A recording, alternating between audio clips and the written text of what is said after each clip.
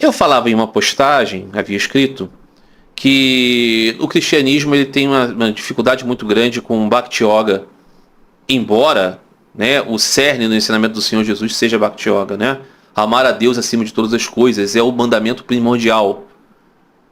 Mas o cristianismo se desenvolveu muito como uma religião de massas, uma religião sobre moral, uma religião sobre sociedade, uma religião sobre muitas coisas. E eu dizia que existem muitos sacerdotes que são... Eu falava de sacerdotes católicos, mas poderia falar de sacerdotes ortodoxos e pastores protestantes e tudo mais, que são pessoas que perderam qualquer possibilidade de pensar numa união com o Senhor. E que eles pensam apenas em como lidar com a sociedade, como fazer bem para a sociedade, e muitas vezes não tem crença nenhuma na existência de um Deus transcendente. Eles acham que Deus está no ser bom, no agir e tudo mais. E o legado é isso, que você melhora o mundo e coisas assim. São pessoas muito seculares. Eu dizia isso, né? Que isso é um ateísmo de incenso, eu brincava, né? Com incenso, né? E muitas vezes são pessoas muito sérias, ok? Liturgicamente e tudo mais e tal. Mas são pessoas que estão assim fazendo uso da religião para trabalhar com a sociedade. Não tem mais nenhuma busca espiritual. E um amigo escreveu para mim dizendo o seguinte: cara, não é possível alguém ser feliz sendo padre e ateu. Deve ser o ápice da falta de sentido em tudo que faz. Por outro lado, sendo ele ateu, qualquer outra coisa que ele optasse por fazer seria algo sem sentido para ele. Então, por qual razão você teria esses padres ateístas? E eu conheci assim alguns na Igreja Católica.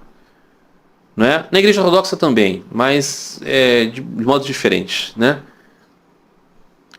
E conheço, né, pastores protestantes que são ateístas. Alguns nem sabem. Mas assim, estão pensando em política, em sociedade, em economia, enfim. E acham que isso é, efetivamente, a única maneira de se conectar com Deus, porque fora isso é uma fantasia, não é? A vida mística para essas pessoas é uma vida fantasiosa, não existe mística. Tudo é ação social, né?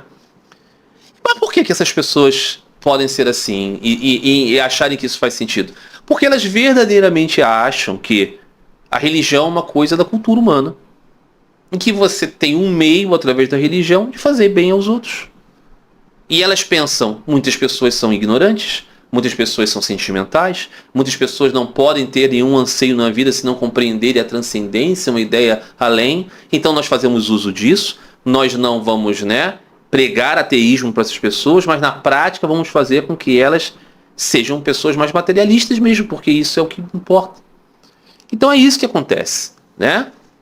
Você vê muitas vezes, né, que o discurso de pessoas no cristianismo, que são às vezes até muito conhecidas e tudo mais, não tem rigorosamente nada a respeito de você chorar por Deus, né?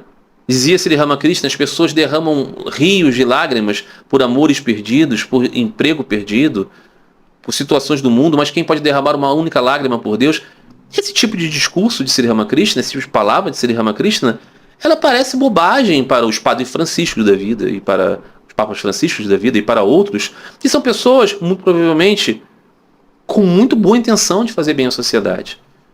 Mas que eles não estão pensando nisso, eles estão pensando em distribuição de sopa, eles estão pensando em moradia, eles estão pensando em parar com as guerras, eles estão pensando em parar com o preconceito contra as minorias. E todas essas coisas são muito boas.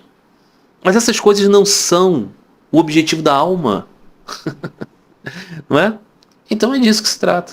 Não é por maldade, não. É que tem gente que realmente não consegue. São as almas profundamente atadas. Né? Muito bem.